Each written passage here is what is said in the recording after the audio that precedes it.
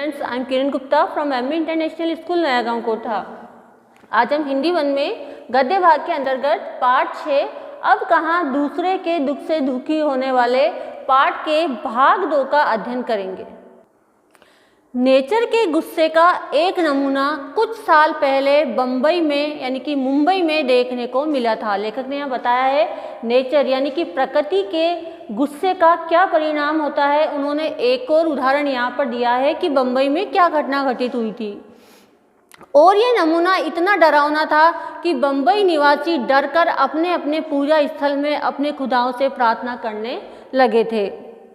कई सालों से बड़े बड़े बिल्डर समंदर को पीछे धकेलकर उसकी ज़मीन को हत्या रहे थे। लेखक ने बताया है कि कई सालों से मुंबई में जो विशाल समुद्र है उसकी सीमा को पीछे धकेलते हुए वो वहाँ पर बड़ी बड़ी बिल्डिंगों का निर्माण कर रहे थे। बेचारा समंदर लगातार सिमटता जा रहा था। पहले उसने अपनी फैली हुई टांगें समेटी। यहाँ पर समुंदर को एक पुरुष के समान बताया है कि पहले समंदर ने अपनी फैली हुई टांगें समेटी, थोड़ा सिमट कर बैठ गया, थोड़ा और छोटा हो गया समंदर। क्यों? क्योंकि वहाँ पे बिल्डिंगें बन रही थी। फिर जगह कम पड़ी तो उकड़ू बैठ गया, यानी कि और सीमाओं की समुद्र की किनारों को और छोटा कर दिया गया, और ज़्यादा बिल्डिंगें बना दी गई तो वो उकड़ू बैठ गया। जैसे कोई पुरुष उकड़ू बैठ जाता है ऐसे वो बैठ गया। फिर खड़ा हो गया। जब खड़े रहने की जगह कम पड़ी तो उसे गुस्सा आ गया। जैसे कि कोई पुरुष पहले लेटा हुआ है, फिर बैठ गया और फिर खड़ा हो गया और अब उसे आप खड़ा भी नहीं रहने दे रहे हो। तो यही समस्या समुद्र के सामने उपस्थित हो गई कि उसके किनारों को बहुत ही छोटा कर दिया गया। तो उसे गुस्सा आ गया। जो जितना बड़ा होता है उसे उतना ही कम गुस्सा आता है। यहाँ पर लेखक ने कहा है कि जिसका हृदय जितना विशाल होता है, जितना महान होता है, उसे उतना ही कम गुस्सा आता है, परंतु आता है तो रोकना मुश्किल हो जाता है। यहाँ पर समुद्र के संबंध में कहा गया है कि समुद्र ने पहले बहुत बर्दाश्त किया, उसकी सीमाओं को छोटा करते गए उसने बहुत बर्दाश्त किया, लेकिन जब उसे गुस्सा आया तो फिर वो बहुत भयंकर आया। और यह हुआ, उसने एक रात अपनी लहरों पर दौड़ते हुए 3 जहाज़ों को उठाकर बच्चों की गेंद की तरह 3 दिशाओं में फेंक दिया। और समुद्र के गुस्से का परिणाम यह हुआ कि एक बार उसकी लहरों पर 3 जहाज़ तैर रहे थे। उन 3 जहाज़ों को उसने बच्चों को खेलने वाली गेंद की तरह उठाकर 3 दिशाओं में फेंक दिया था। एक वर्ली के समुद्र के किनारे आकर गिरा। वर्ली बम्बई की एक जगह का नाम है। एक जहाज वर्ली के समुद्र के किनारे पर आकर गिरा, दूसरा बांद्रा में कार्टर रोड के सामने औंधे मुंह, और तीसरा गेटवे ऑफ इंडिया पर टूट फूट कर सैलानियों का अर्थात यात्रियों का नज़ारा बना। यानी कि 3 दिशाओं में उसने 3 जहाज़ों को फेंक दिया। बावजूद कोशिश वे फिर से चलने फिरने के काबिल नहीं हो सके। जहाज पूरी तरह से टूट गए थे, उसमें जितने लोग थे वो भी सब घायल हो गए थे। मेरी माँ कहती थी, सूरज ढले आंगन के पेड़ों से पत्ते मत तोड़ो। यह आज भी हमारे यहाँ कहा जाता है। आज भी भारतीय परिवारों में यह बात आप देखते होंगे और सुनते होंगे कि हमारी माँ कहती है, हमारी दादी कहती है कि संध्या होते ही पेड़ पौधों को हाथ नहीं लगाना चाहिए। दिया बत्ती के वक्त फूलों को मत तोड़ो, फूल बद्दुआ देते हैं। दरिया पर जाओ तो उसे सलाम किया करो। किसी भी नदी के किनारे, तालाब के किनारे यदि तुम जाओ तो पहले उसे नमस्ते करो, वह खुश होता है। कबूतरों को मत सताया करो, वे हजरत मोहम्मद को अजीज़ हैं। हजरत मोहम्मद को कबूतर बहुत ही प्यारे हैं। उन्होंने उन्हें अपनी मज़ार के नीले गुंबद पर घोंसले बनाने की इजाज़त दे रखी है। मुर्गे को परेशान नहीं किया करो, वो मुल्ला जी से पहले मोहल्ले में अजान देकर सबको सवेरे जगाता है। मुल्ला अजान देते हैं और तब लोग जागते हैं उनके संप्रदाय के, लेकिन यहाँ पर मुर्गे को मुल्ला से भी बढ़कर बताया गया है क्योंकि मोहल्ले के लोगों को वही पहले जगाता है। सबकी पूजा एक सी, सबकी ईश्वर की आराधना करने का तरीका लगभग एक जैसा है, अलग अलग है रीत, बस धर्म अलग अलग है, परंपराएं अलग अलग है। मस्जिद जाए मौलवी, कोयल गाए गीत। कोयल पेड़ पर रहकर मस्ती के गीत गाती है और जो मौलवी होते हैं वो मस्जिद में जाकर ईश्वर की, उनके अल्लाह की आराधना करते हैं। ग्वालियर में हमारा एक मकान था। लेखक ने कहा है कि ग्वालियर में हमारा एक मकान था। उस मकान के दालान में उसके मकान के बरामदे में 2 रोशनदान थे। उसमें कबूतर के एक जोड़े ने घोंसला बना लिया था। एक बार बिल्ली ने उचककर 2 में से एक अंडा तोड़ दिया। मेरी माँ ने देखा तो उसे दुख हुआ। उसने स्टूल पर चढ़कर दूसरे अंडे को बचाने की कोशिश की, लेकिन इस कोशिश में दूसरा अंडा उसी के हाथ से गिरकर टूट गया। कबूतर परेशानी में इधर उधर फड़फड़ा रहे थे। उनकी आंखों में दुख देखकर मेरी माँ की आंखों में आंसू आ गए।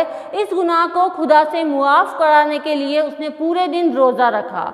दिन भर कुछ खाया पिया नहीं, सिर्फ रोती रही और बार बार नमाज पढ़ कर खुदा से इस गलती को मुआफ़ करने की दुआ मांगती रही। लेखक ने यहाँ बताया है कि पहले इस तरह के लोग थे।